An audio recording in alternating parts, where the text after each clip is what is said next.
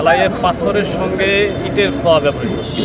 অনিয়মের বিষয় নিয়ে আমরা তদন্তে চাই। বিভিন্ন রাজনৈতিক বা বিভিন্ন মাধ্যমে আমাদের কাছে সুপারিশ আসতে থাকে যেন আমি যেন ওই সংবাদ প্রকাশ না করি এবং বিভিন্ন ধরনের অর্থের প্রলোভনও দেওয়া হয়, কিন্তু আমি তাদের এই প্রলোভনে রাজি না হয় আমার এই প্রতিরোধ লক্ষ্য করে আমার উপর তারা হামলা করে।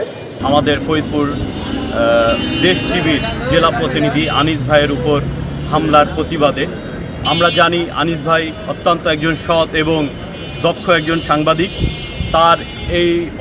তার উপর এই হামলার সাংবাদিক সমাজের পক্ষ থেকে আমরা প্রতিবাদ জানাই।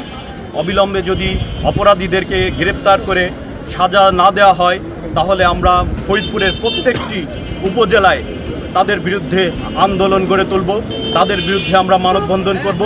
তারপরেও যদি তাদেরকে সাজার আওতায় না আনা হয় সারা বাংলাদেশে আমরা আন্দোলন গড়ে তুলব।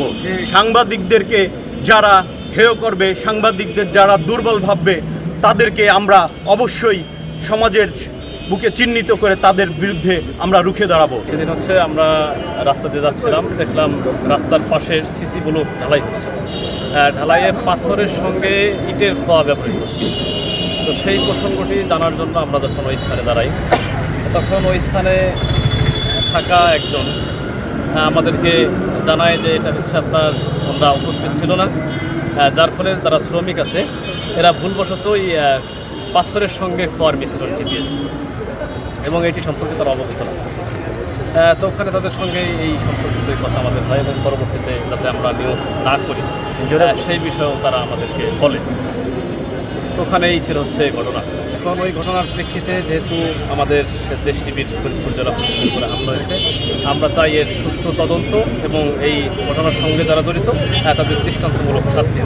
এসজিডির ভাঙ্গা পিরিয়ডচরের একটি রাস্তার অনিয়মের বিষয় নিয়ে আমরা তদন্তে চাই এবং সেই কাজকে কেন্দ্র করে আমরা যখন ইনভেস্টিগেশন শুরু করার পর থেকে বিভিন্ন রাজনৈতিক বা বিভিন্ন মাধ্যমে আমাদের কাছে সুপারিশ আসতে থাকে যেন আমি যেন ওই সংবাদ প্রকাশ না করি এবং বিভিন্ন ধরনের অর্থের প্রলোভনও দেওয়া হয়, কিন্তু আমি তাদের এই প্রলোভনে রাজি না হয় আমার ওয়াইফ অসুস্থজনিত কারণে ডায়াবেটিস হাসপাতালে ভর্তি থাকে এবং এই ভর্তি থাকা অবস্থায় গত 20 তারিখে আমার উপরে ডায়াবেটিস হাসপাতালের নিচে তারা আমার এই প্রতিরোধ লক্ষ্য করে আমার উপর তারা হামলা করে এবং এই হামলা করার পরে আমাকে ব্যাপক কিলঘুষি বা হামলা করে, যেটি বিভিন্ন মিডিয়া প্রচার হয়েছে।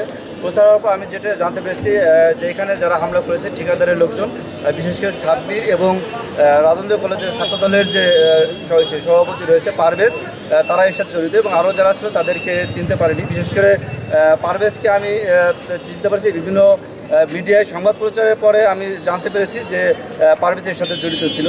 আর বিশেষ করে এই ঠিকাদার যে সাহিদুর রহমান এই সাহিদের নির্দেশের মতো আমার উপরে হামলাগুলো করা হয়েছে। কিন্তু আমি এ বিষয়ে 21 তারিখে একটি মামলা করি, কিন্তু সেই মামলা করার পরে আজ পর্যন্ত আসামিদেরকে গ্রেপ্তার করা হয়নি। তো এই আসামিদেরকে গ্রেপ্তারের দাবিতে এবং তাদের শাস্তির দাবিতে আজকে আমাদের এই মানববন্ধন করা। প্রশাসনের সাথে কথা হয়েছে, প্রশাসন বলছে যে আমরা তাদেরকে খুঁজে পাচ্ছি না, অথচ আমাদের কাছে যতটুকু মেসেজ আছে যে তারা এই শহরেই তাদের পদচারণা চলছে এবং তারা বিভিন্ন অপকর্মের সাথে সম্পৃক্ত আছে বর্তমানে।